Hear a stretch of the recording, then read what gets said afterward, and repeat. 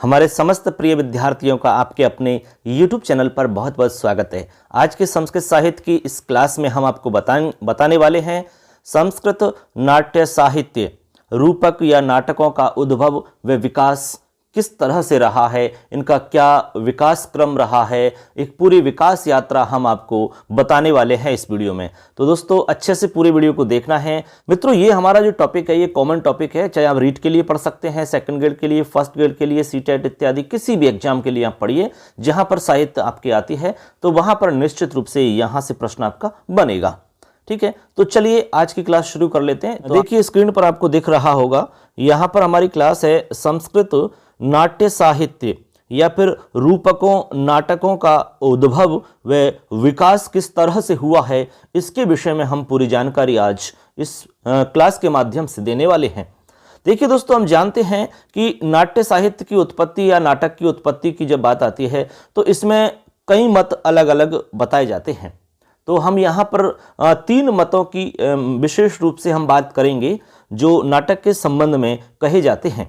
तो यहाँ पर लिखा है कि उक्त विषय को लेकर के अनेक मत प्रचलित हैं, लेकिन यहाँ पर हम तीन मतों की बात करने वाले हैं।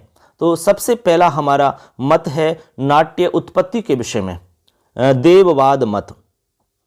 ये हमारा पहला मत है दोस्तों, देववाद मत। अब इस मत में क्या है, क्या इसमें कहा गया है वो हम समझेंगे। कह रहे हैं कि देवताओं के मनोरंजन के लिए ब्रह्मा जी ने चारों वेदों से सार तत्व को लेकर के पंचम वेद के रूप में नाट्य वेद की रचना की, ऐसा इस मत के अनुसार कहा जाता है। यानी देवताओं के मनोरंजन के लिए ब्रह्मा जी ने हमारे जो चार वेद हैं उन चारों वेदों में से सार तत्व को ग्रहण कर लिया और एक पंचम हमारा वेद बना दिया जिसका नाम रख दिया नाट्य वेद। ऐसा इस हमारे मत के अनुसार बताया जाता है। आगे कह रहे हैं कि ब्रह्मा द्वारा रचित अमृत मंथन और त्रिपुरदाह रूपकों का मंचन इंद्रध्वज महोत्सव पर किया गया। अब ये हमारा प्रश्न बन सकता है कि इंद्रध्वज महोत्सव पर किन नाटकों का मंचन हुआ था। उत्तर होगा अमृत मंथन और त्रिपुरदाह, जो हमारे रूपक हैं इन रूपकों का मंचन किया गया था, ऐसे आपको याद रखना है। आगे कह रहे हैं उसी के प्रचार प्रसार हेतु 200 ईसा पूर्व में भरत मुनि ने नाट्य शास्त्र की रचना की, जिसमें 36 अध्याय और 6000 श्लोक। इसे षट सहस्री संहिता भी कहते हैं। यहां से कई प्रश्न आपके बन जाते हैं। देखिए, जैसे हमने आपको बताया कि ब्रह्मा द्वारा रचित अमृत मंथन और त्रिपुरदाह जो रूपक हैं उन रूपकों का मंचन इंद्रध्वज महोत्सव पर किया गया। ठीक है, इंद्रध्वज महोत्सव मनाया गया था तो उसमें ये नाटक किए गए थे।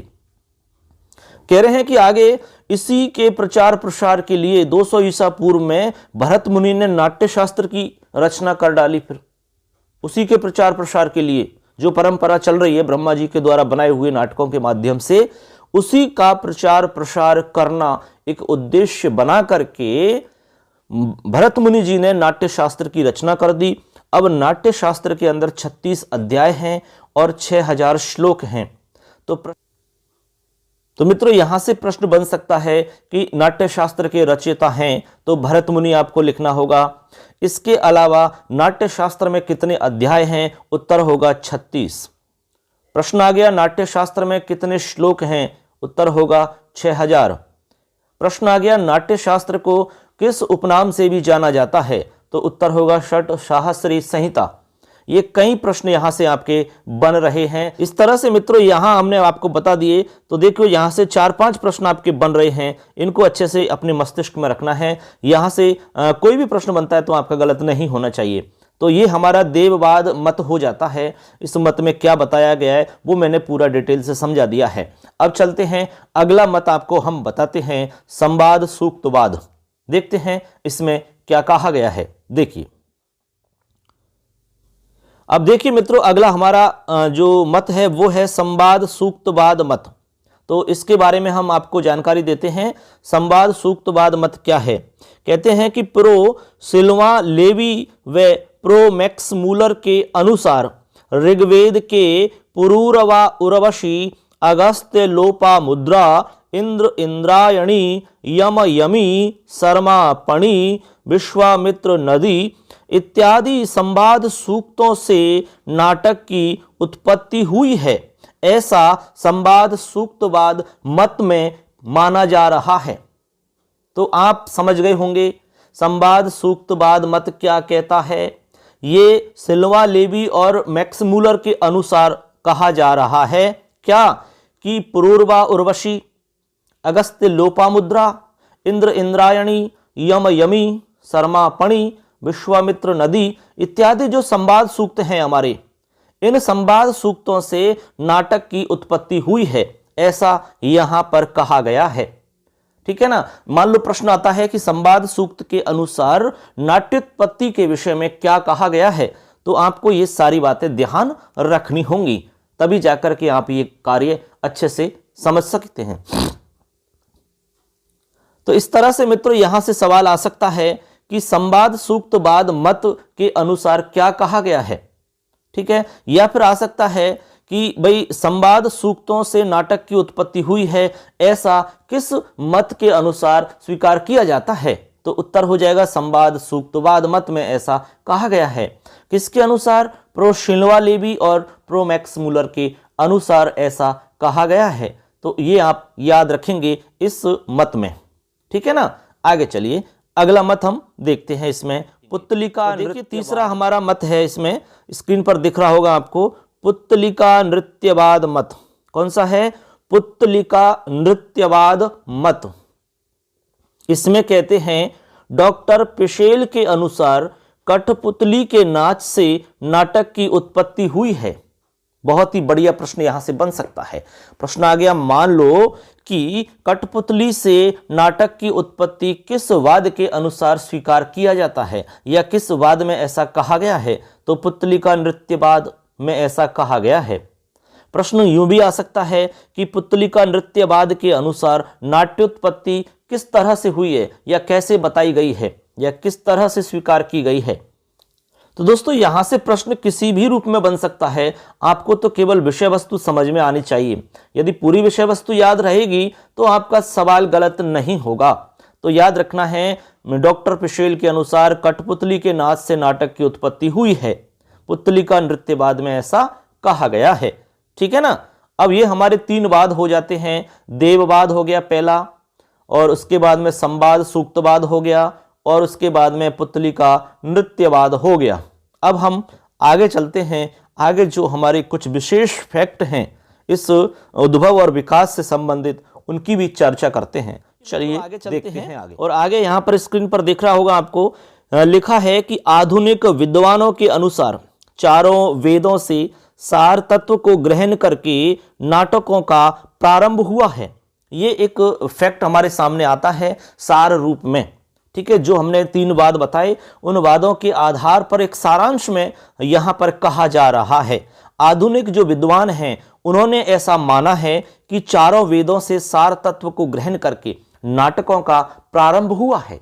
यानी चारों वेदों से अलग अलग तत्व को स्वीकार किया, उसके बाद में नाटक की उत्पत्ति कर दी। ऐसा आगे कह रहे हैं कि, अब देखिए आगे कह रहे हैं, इससे आगे यहां पर कहते हैं कि इस प्रकार से संवाद सूक्तों को ही नाटक उत्पत्ति का मूल मानना समुचित है। यदि प्रश्न आता है कि नाट्योत्पत्ति का मूल आधार क्या है, या मूल किसे माना जाता है, तो उत्तर हो जाएगा संवाद सूक्त। संवाद सूक्तों को ही नाट्योत्पत्ति का मूल मानना समुचित है, ऐसा यहां निष्कर्ष रूप में कहा जा रहा है। तो प्रश्न यहां से बनता है, तो आपको जवाब यही देना होगा, संवाद सूक्त।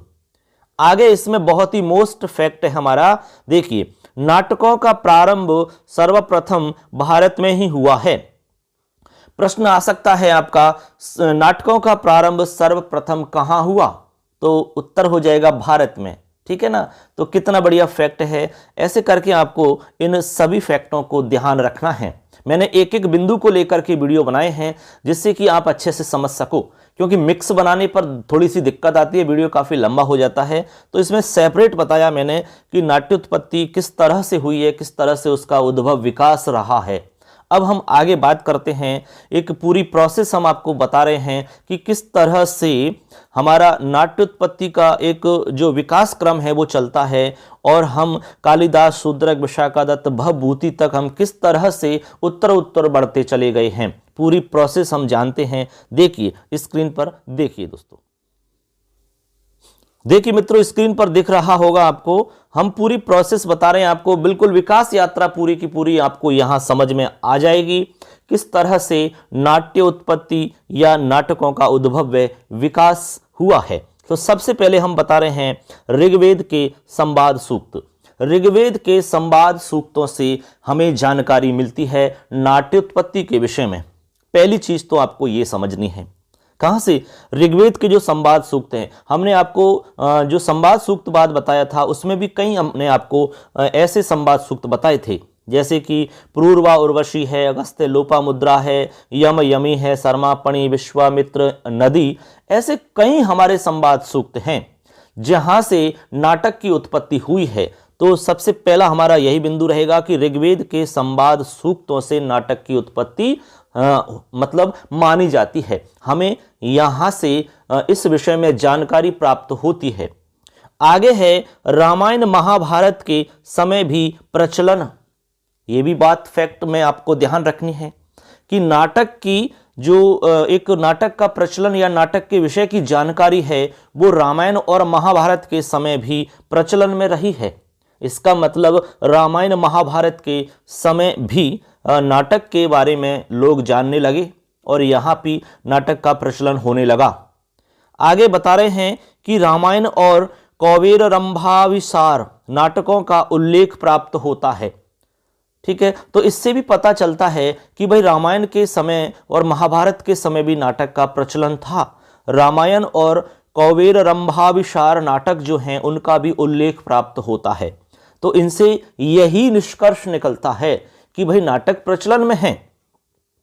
आगे बता रहे हैं कि 400 ईसा पूर्व में पाणिनि के द्वारा शिलाविन व कृशाश्व नाट्यकारों का उल्लेख प्राप्त होता है। यानी 400 ईसा पूर्व में पाणिनि जी द्वारा शिलाविन व कृशाश्व नाट्यकारों का उल्लेख प्राप्त होता है।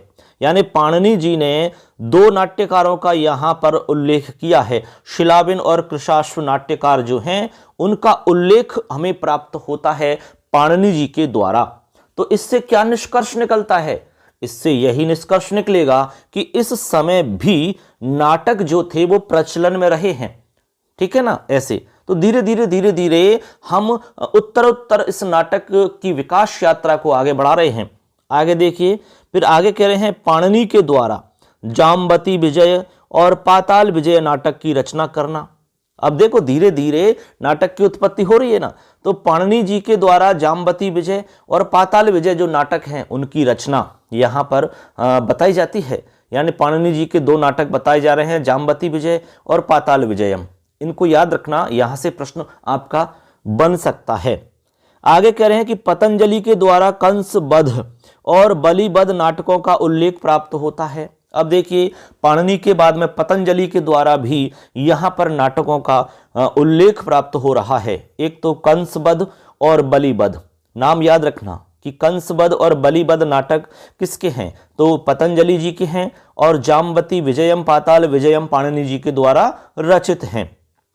यहां तक हम समझ चुके हैं। हमारी जो विकास यात्रा है नाटक की उत्पत्ति वाली वो धीरे धीरे आगे बढ़ रही है। आगे कह रहे हैं कि इस प्रकार 300 ईसा पूर्व में भारतीय नाट्य कला उन्नत अवस्था में थी। अब धीरे धीरे जो नाटक का प्रचलन है वो बढ़ता रहा, लोग इसको समझने लगे, लोग लिखने वाले भी ज़्यादा होने लगे। ठीक है, लोगों का इंटरेस्ट इसमें बढ़ा।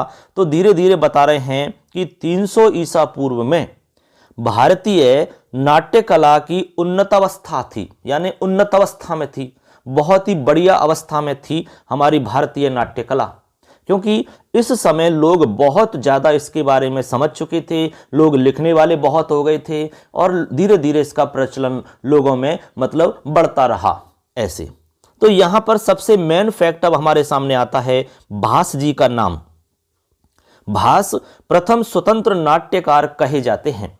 यह प्रश्न हमारे सामने सबसे मोस्ट बनता है। प्रथम स्वतंत्र नाटककार किसे माना जाता है? उत्तर हो जाएगा भास को माना जाता है भैया। किसको? भास को माना जाता है। अब भास के बाद में फिर देखिए जो प्रमुख जो मुख्य हमारे नाटककार हुए हैं उनका भी यहां पर आपको नाम ध्यान रखना है।